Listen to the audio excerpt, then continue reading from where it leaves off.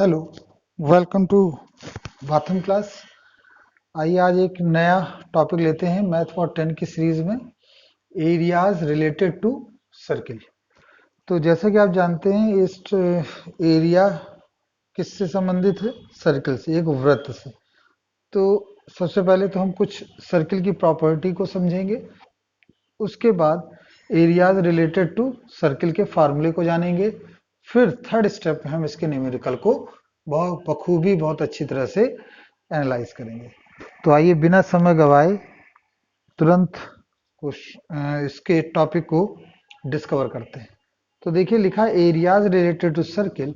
तो सबसे पहले तो हमें एक सर्किल के बारे में जानकारी लेनी होगी। तो जैसा आप देख पा रहे हैं ये क्या है, एक सर्किल है। इसमें एक रेडियस r होता है, ठीक है, एक सेंटर होता है O, और ये जो आपको दिख रहा है चारों तरफ इसका जो किनारा, इसको बोलते हैं सरकमफ्रेंस। तो सरकमफ्रेंस जो होता है वो होता है 4 पाई r। सरकमफ्रेंस जो होता है दैट इज सरकमफ्रेंस जो होता है सरकमफ्रेंस जो होता है दैट इज 2 पाई r होता है। अगर हम इसके पूरे सरकमफ्रेंस की बात करें तो सरकमफ्रेंस की वैल्यू कितनी आती है? 2 पाई r। चूंकि एक लंबाई होती है इसलिए इसकी यूनिट आइदर मीटर होगी या सेंटीमीटर। या तो मीटर में लिखेंगे या तो आप सेंटीमीटर में। लेकिन अगर मैं कहूँ इसका एरिया बताइए, तो एरिया का फॉर्मूला आप जानते हैं, most popular formula pi r square, ठीक है। तो ये मोस्ट पॉपुलर फॉर्मूला है that is pi r square. और आप जानते हैं जो डायमीटर होता है वो हमेशा रेडियस का क्या होता है? जस्ट डबल होता है। तो ये भी आपको याद रखना है कि डायमीटर जो है वो रेडियस का जस्ट डबल होता है। तो एरिया आपने पढ़ लिया। चलिए फिर से एक हम सर्किल बना रहे हैं और एक और विशेष बात यहाँ समझते हैं। हमने एक लाइन ये खींच दी जो सेंटर से होकर जा रही है और एक लाइन हमने ये खींच दी जो सेंटर से होकर जा रही है। तो इस तरह से आप देख सकते हैं आपने पूरे सर्किल के एरिया को 4 भागों में बांट दिया।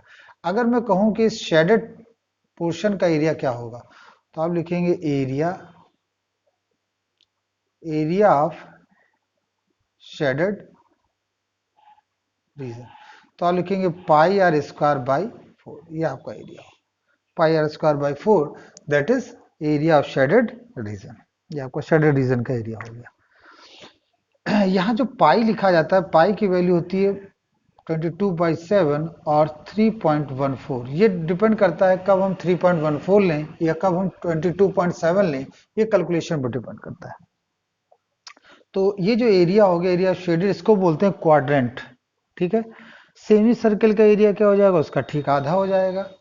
और एक खास बात देखिए, जैसे मान लेते हैं ये हमने सर्किल बनाया है, एक और सर्किल हमने बनाया इसके अंदर, और नीचे वाले जो अंदर सर्किल है उसका रेडियस स्मॉल आर है, जो बाहर है उसका रेडियस कैपिटल आर है। तो अगर यहाँ पूछा जाए कि शेडेड भाग का, ये जो शेडेड भाग है इसका आप एरिया बताइए, तो क्या लिखेंगे? तो आप लिखेंगे एरिया ऑफ शेडेड रीजन। तो आप देखिए सबसे बड़ा वाला पहले लिख लेंगे पाई आर स्क्वायर, फिर आप छोटा वाला लेंगे तो pi r square minus pi r square. तो बड़ा वाला पूरा सेगमेंट और फिर उसमें से अंदर वाला घटा देंगे तो शेडेड का रीजन का एरिया आ जाएगा, ठीक है। तो इस तरह से चीजें आएंगी और इसके जो इंपॉर्टेंट प्रॉपर्टीज हैं उनको देख लेते हैं। जैसे ये हमने एक सर्किल और फिर बनाया, देखिए ये एक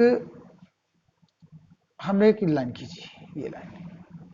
तो इस लाइन के जरिए देखिए 2 भाग हो गए इसके, एक बड़ा भाग और एक छोटा भाग। जब एक लाइन के जरिए खींचा जाता है तो उसे हम नाम देते हैं, इस लाइन को नाम दिया जाता है कॉर्ड, और ये जो होता है इसको बोलते हैं सेगमेंट। ये भी सेगमेंट है। ये वाला जो सेगमेंट है ये कहलाएगा मेजर और ये कहलाएगा माइनर। मेजर सेगमेंट और माइनर सेगमेंट, ठीक है। फिर ये हमने सर्किल बनाया और अब की बार इस सर्किल के भाग तो हुए, पार्ट किए गए, लेकिन हमने रेडियस के जरिए किए। तो जब इसके पार्ट रेडियस के जरिए किए जाते हैं तो जो बनता है उसे हम बोलते हैं सेक्टर। तो एक छोटा sector that is minor sector और एक बड़ा sector that is major sector, बड़ा और छोटा, ये दो सेक्टर आपके बन गए। तो ये यहाँ पर एक इंपॉर्टेंट पॉइंट है जो आपको समझना होगा। अब इसके क्या है, मतलब इसको क्या बोलते हैं, देखिए इसको ये से बी ये आर्क कहलाता है, इसको बोलते हैं आर्क, ARC। ये भी क्या, ये भी आर्क है, ARC। तो ये बड़ा आर्क हो गया और ये छोटा आर्क हो गया, एक बड़ा आर्क और एक छोटा आर्क। ठीक है, अब मैं आपको यहाँ कुछ और इंपॉर्टेंट फॉर्मूले बताने जा रहा हूँ, देखिए गौर से। जैसे ये हमने एक सेक्टर बनाया, मैं फार्मूले ओवरऑल सारे एक साथ बता रहा हूं जिससे कि आप पहले वीडियो में ही सारे फार्मूले को अच्छी तरह से याद कर लें। तो देखिए ये मैंने एक बनाया OAB और मुझसे कहा जा रहा है कि इसका आप एरिया बताएं और इसका रेडियस कितना R, और यहाँ जो एंगल बनना है वो है थीटा। ठीक है, ये जो एंगल है बच्चे वो कितना है, थीटा। तो आप देखिए इसका फार्मूला क्या होता है, तो लिखेंगे एरिया ऑफ सेक्टर, ब्रैकेट लिख देते हैं shaded, area of shaded, area of sector shaded, इसका क्या होगा देखिए। तो फॉर्मूला होता है theta upon 360 pi r square, ये आप लिख देंगे एरिया। ठीक है, इसका जो एरिया का फॉर्मूला क्या होगा, theta upon 60 pi r square. लेकिन अगर पूछा जाए लेंथ ऑफ द आर्क बताइए, ये पूछा जाए ये कितनी आर्क है, जबकि ये एंगल कितना है, थीटा। पहले तो सेगमेंट में हमने थीटा निकाला, दूसरे सेगमेंट अगर ये पूछे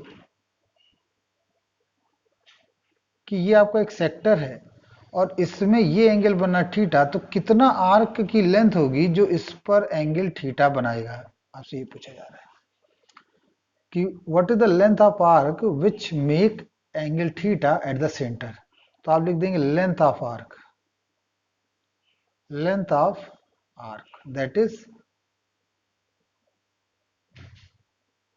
length of arc that is AB। तो उसके केस में हम क्या लिखेंगे, ये हो जाएगा थीटा अपॉन 360 और फिर आपका बन जाएगा 2 पाई आर। ठीक है, 2 पाई आर। तो ये एक हमारा दूसरा इंपॉर्टेंट फार्मूला हो गया जो मैंने आपको यहाँ पर बताया, जो कि आपको समझना चाहिए। तो आई होप ये वीडियो में मैंने डिस्कस किए हैं इसके कुछ फार्मूले। एक और बहुत इंपॉर्टेंट बात मैं आपको बताना चाहूँगा, जैसे आप देखते हैं क्लॉक में एक हैंड होती है, हैंड क्लॉक कहलाती है।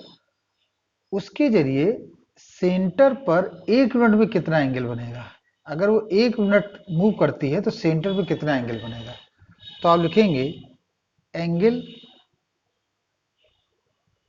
Angle make by minute hand जिसे बोलते हैं, एंगल मेक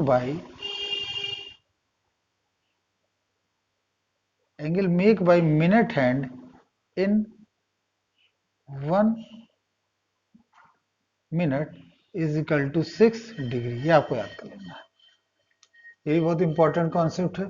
तो ओवरऑल जो फार्मूले लगेंगे वो यही फार्मूले लगेंगे जिनको मैंने आपको बताया है। तो आई होप ये इसका इनिशियल वीडियो आपको समझ में आया होगा। So let's stop here, thank you very much.